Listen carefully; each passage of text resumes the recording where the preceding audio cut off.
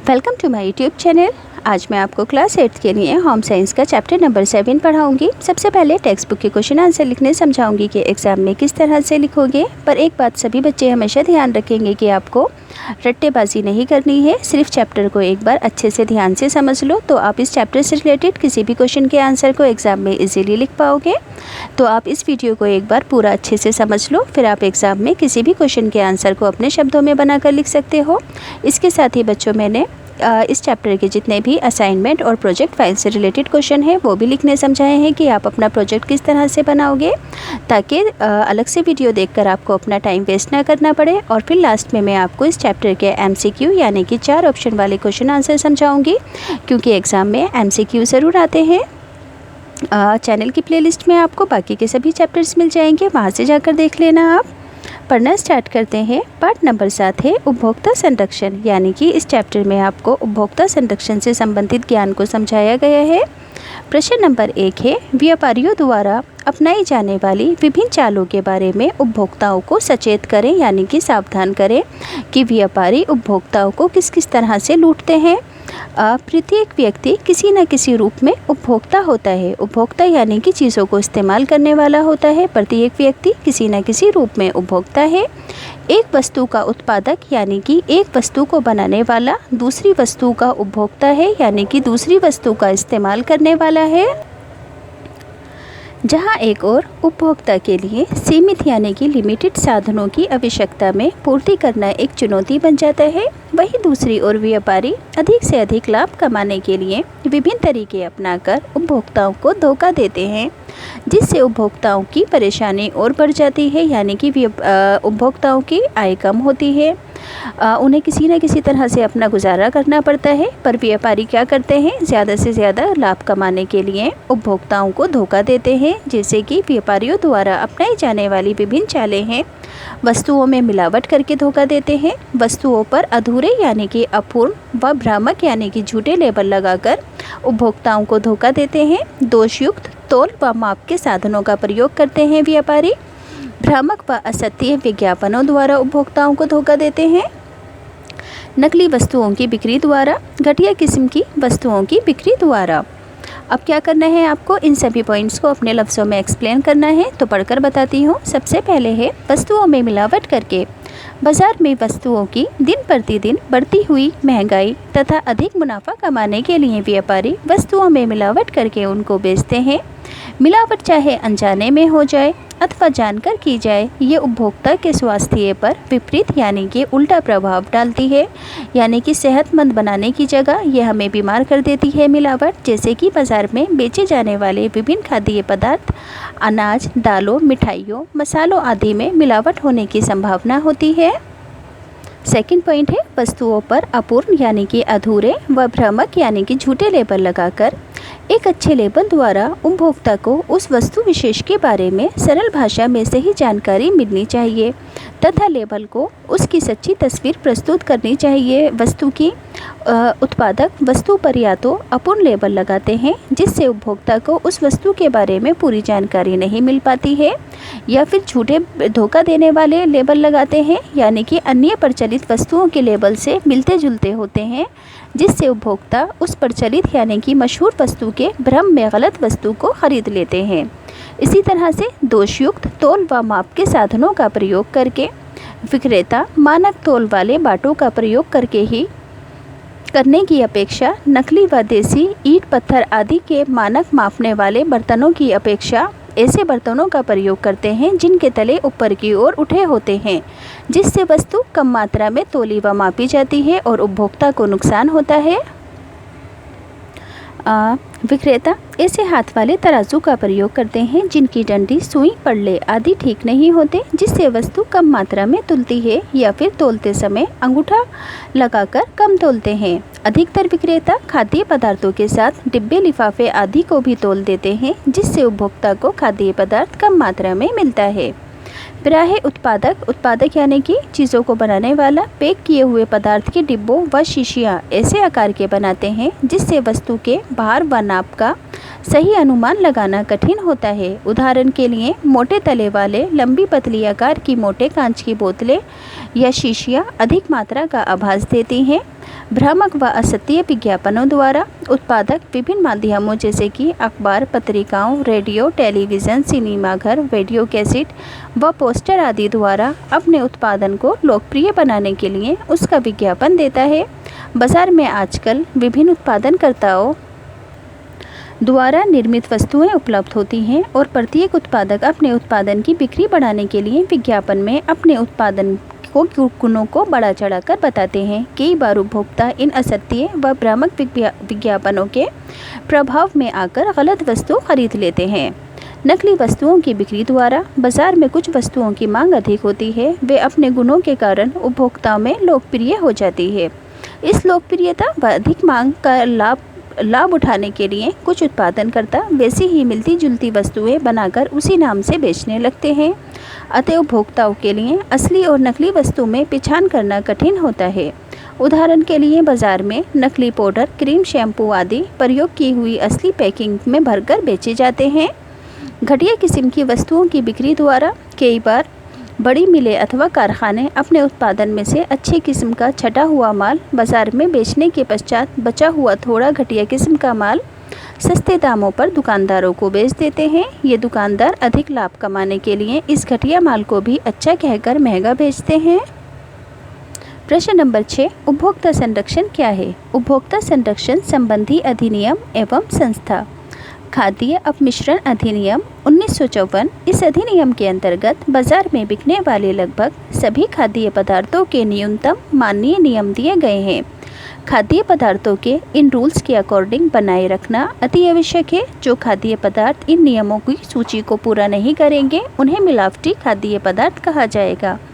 खाद्य अपमिश्रण अधिनियम के अनुसार मिलावटी खाद्य पदार्थ को रखना व बेचना वर्जित है, यानी कि मना है।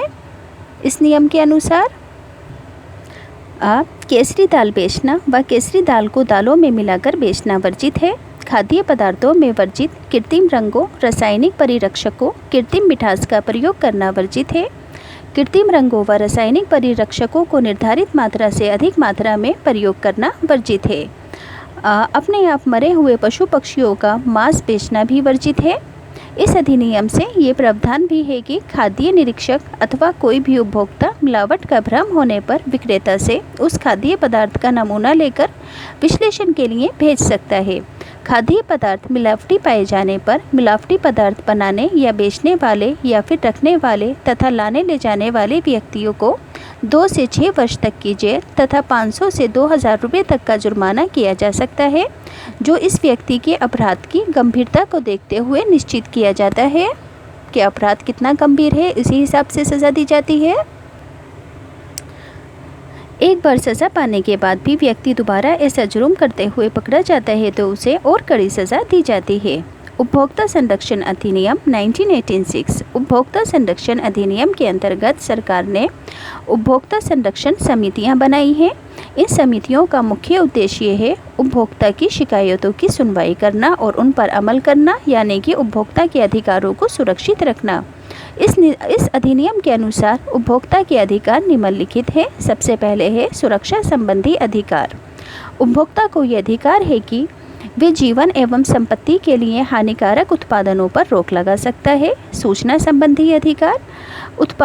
उत्पादनों की गुणवत्ता, शुद्धता स्तर एवं मूल्यों के बारे में पूर्ण जानकारी पाना उपभोक्ता का अधिकार है।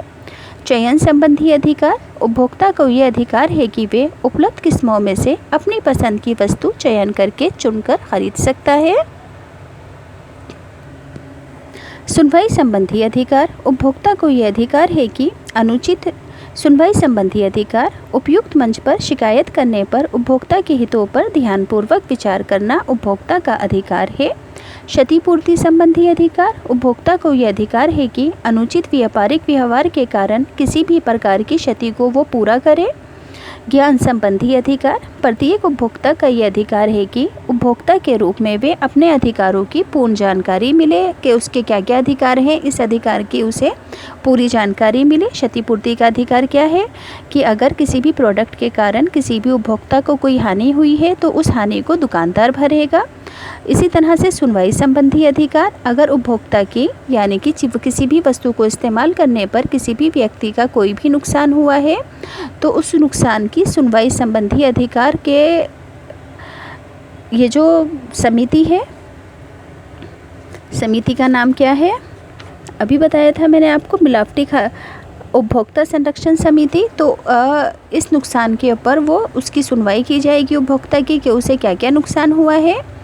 इसी तरह से नेक्स्ट है, भारत सरकार ने फल व सब्जियों से बने तैयार खाद्य पदार्थों की बिक्री से संबंधित माननीय नियम फ्रूट प्रोडक्ट ऑर्डर यानी कि FPO सन 1955 में जारी किया। इस आदेश के अंतर्गत फल व सब्जियों के संरक्षित खाद्य पदार्थ बनाने वाले कारखानों को FPO का लाइसेंस लेना था।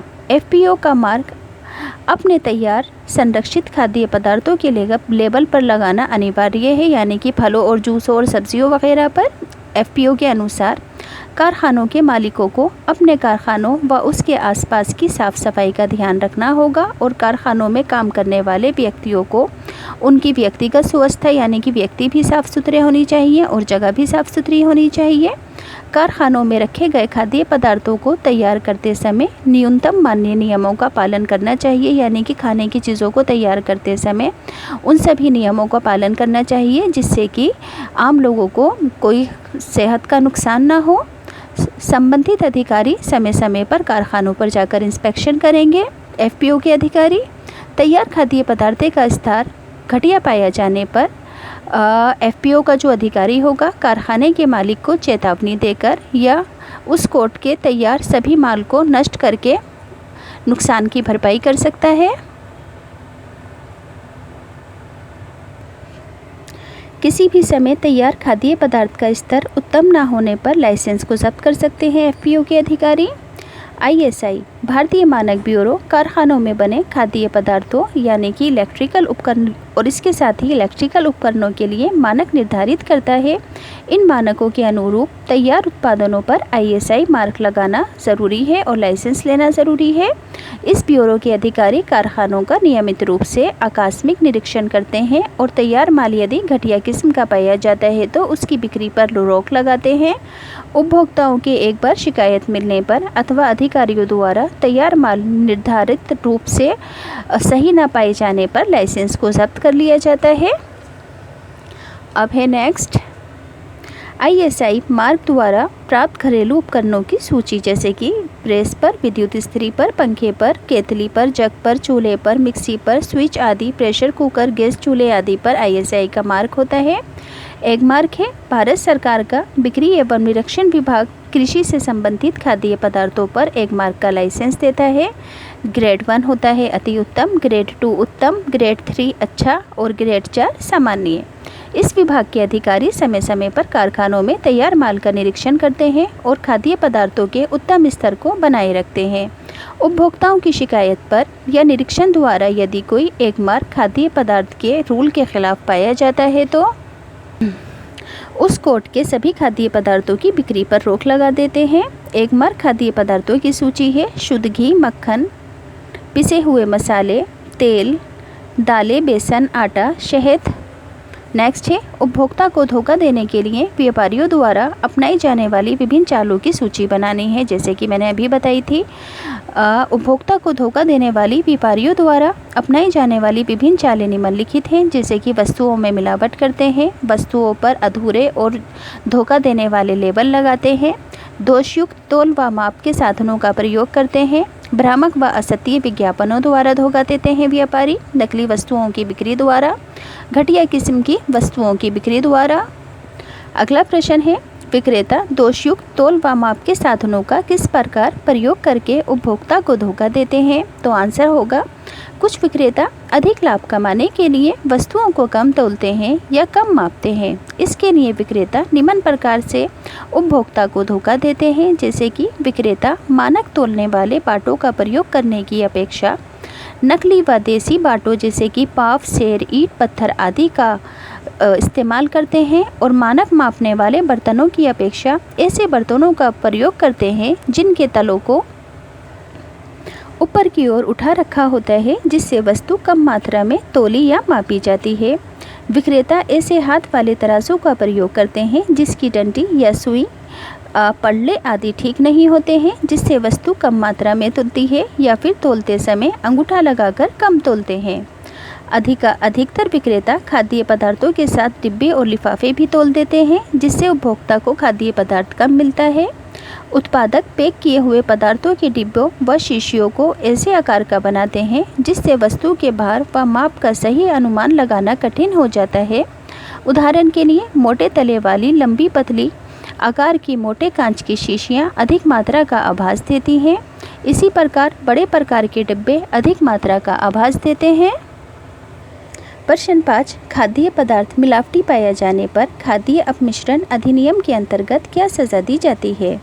इस नियम में ये प्रावधान है कि खाद्य निरीक्षक या कोई भी उपभोक्ता मिलावट का भ्रम होने पर विक्रेता से उस खाद्य पदार्थ का नमूना लेकर विश्लेषण के लिए भेज सकता है। खाद्य पदार्थ मिलावटी पाया जाने पर मिलावटी पदार्थ बनाने वाले, बेचने वाले, रखने वाले, लाने ले जाने वाले व्यक्तियों को 2 माह से 6 वर्ष तक की जेल और 500 से 2000 रुपये तक का जुर्माना देना पड़ता है, जो उस व्यक्ति की अपराध की गंभीरता को देखते हुए तय किया जाता है। यदि एक बार सज़ा पाने के बाद भी व्यक्ति दोबारा ऐसा जुर्म करता पकड़ा जाता है तो उसे और कड़ी सज़ा दी जाती है। प्रश्न 6, उपभोक्ता संरक्षण अधिनियम के अनुसार उपभोक्ता के अधिकारों का उल्लेख करो। इस अधिनियम के अनुसार उपभोक्ता के अधिकार निम्नलिखित हैं।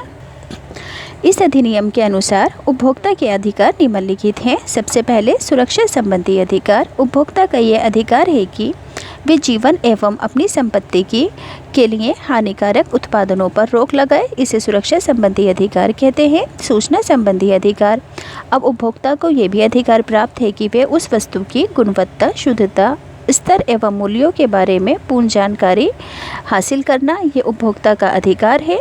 चयन संबंधी अधिकार। चीज़ों को चुनने का अधिकार भी उपभोक्ता को प्राप्त होता है। सुनवाई संबंधी अधिकार। अगर उपभोक्ता को किसी चीज़ में मिलावट की आशंका है तो इस चीज़ की शिकायत का सुनवाई संबंधी अधिकार भी उपभोक्ता को प्राप्त है। क्षतिपूर्ति संबंधी अधिकार। यदि कोई चीज़ उपभोक्ता खरीदता है और वो नकली या घटिया निकलती है तो उस चीज़ की क्षतिपूर्ति करने का उपभोक्ता को अधिकार प्राप्त होता है। ज्ञान संबंधी अधिकार। प्रत्येक उपभोक्ता को यह अधिकार है कि उपभोक्ता के रूप में उसे अपने अधिकारों की पूर्ण जानकारी मिले।